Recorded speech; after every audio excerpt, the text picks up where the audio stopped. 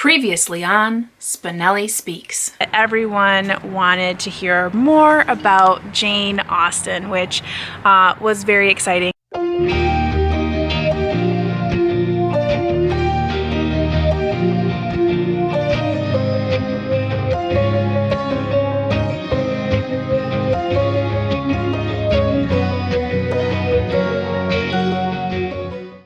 Hi everyone, Danny here. Welcome back to my channel. Today is another day of book reviews, and today is very interesting because we actually had a tie for our two books from yesterday, which was Ashes of London and Confessions of a Domestic Failure.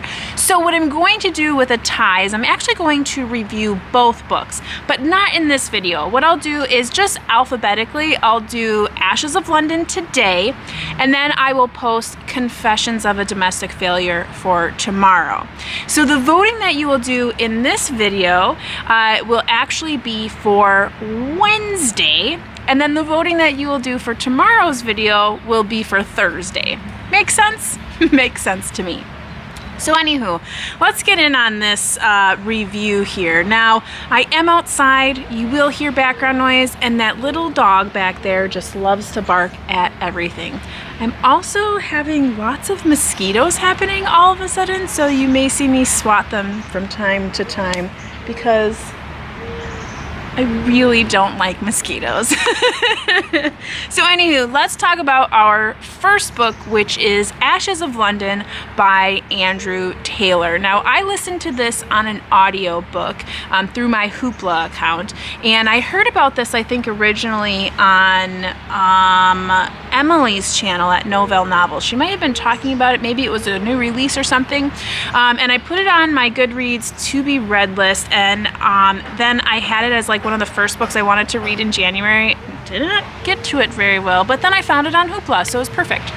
So I listened to it as an audio, and it's supposed to be a book about a detective detecting a murder during the London fire. So 1666 is what time frame we're looking at.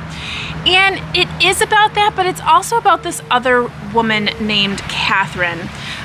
She is who we meet the very first page of the book. And something very horrific happens to her in her household, and essentially she runs away and tries to hide out in various places to get away from this villainous person. And so she's one side of the narrative, and we find out that her father is part of this rebel group trying to overthrow the king.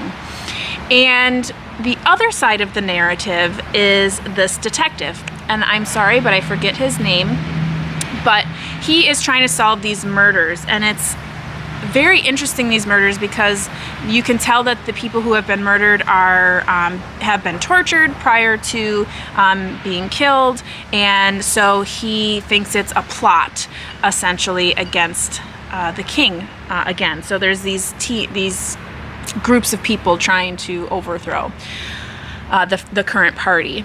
And I want to say I enjoyed this book, but quite frankly, I just didn't. I think from the get-go, the crime that happens against that Catherine, I felt was completely irrelevant, did not need to be part of the book, and quite frankly just really made me not even care for the rest of the book. And that is my own personal preference. It is something that happens, a crime against women, and I just don't think that it needed to be in the book. I think that the fact that that is what pushed her out of the household, it could have been anything else other than that. And it just really perturbed me and kind of tainted my feelings of the rest of the book. So for me, I didn't care for the book. I thought it was too long. I felt like a lot of things could have been revealed a lot clearer. I feel like the characterization was lacking in a few areas. It was confusing for me, and I don't know if that was because I was listening to it on audio. But overall, I think for anyone who likes to read period piece crime novels set in London, definitely take a look. I think that there is a lot to be said about how, you know, real events kind of are fictionalized in a sense, like, ooh, what could have happened during the London fire? That would be so interesting. I think it has that appeal, and I really liked the detective character. I thought he was very clever, but also had his own, you know, dark side. He had an ailing father who it was part of this rebel group as well. So there's a lot of stuff that's tied in together. You see a lot of the darkness of London during that time, but you see a lot of, you know, what the good people were like too. So I feel like for me, and especially if you are like this as well, where if there is a catalyst of something that feels completely irrelevant, it ruins the rest of my reading.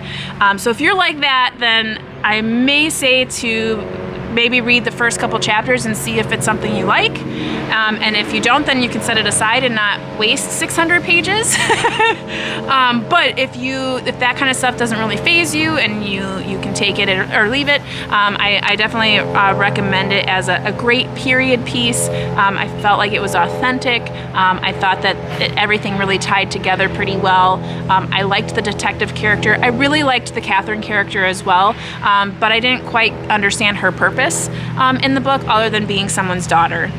So that for me, I don't feel like she really pushed the story forward, though I did like her character. I just really didn't feel like she pushed the narrative at all, other than essentially having something terrible happen to her in the beginning of the book and then being someone's daughter who everyone's looking for. So those are my issues with the book. But like I said, if you like stuff set during that time, you like detective, you like that kind of stuff, then definitely check it out. Read the first couple chapters, see if it's for you, and then kind of go on your merry way. So unfortunately, not the best of reviews as far as how I felt about it, but I feel like that was my impression, that was my opinion of the book. You may have a different opinion. If you do or you did, please let me know in the comments. I'd love to chat about that. I have been kind of slow on the comments this time around because there are so many with the voting, so I will get back into there and get in some comments as well. But let's talk about the reviews for Wednesday. Remember, because there's a tie, tomorrow will be Confessions of a Domestic Failure, and then what you'll be voting on today will be actually for Wednesday's reads. So for Wednesday, I'm actually going to do two different selections that are from the same author. So your first selection will be C.S. Lewis's Mere Christianity. If you noticed earlier in the last couple of months, I read this with Krista from Books and Jams, as well as a few other lovely ladies. I'll link those playlists in this review video, but we'll have this as your first selection, and again, this is for Wednesday. And then your second selection will be his Space Trilogy. So I'll review the trilogy as a whole. I've already done a rapid review for the very first book in that trilogy, but now for you all, I'll do a review for the whole trilogy as a whole, so all three of the books. So that'll be for Wednesday. So let me know if you would prefer Mere Christianity or C.S. Lewis's The Space Trilogy. I'd love to see which ones you guys want to hear about first, and again, that'll be for Wednesday. Well, until next time, I hope you all are reading something great, taking care and staying safe, and as always, you know how it goes. Happy reading. Bye!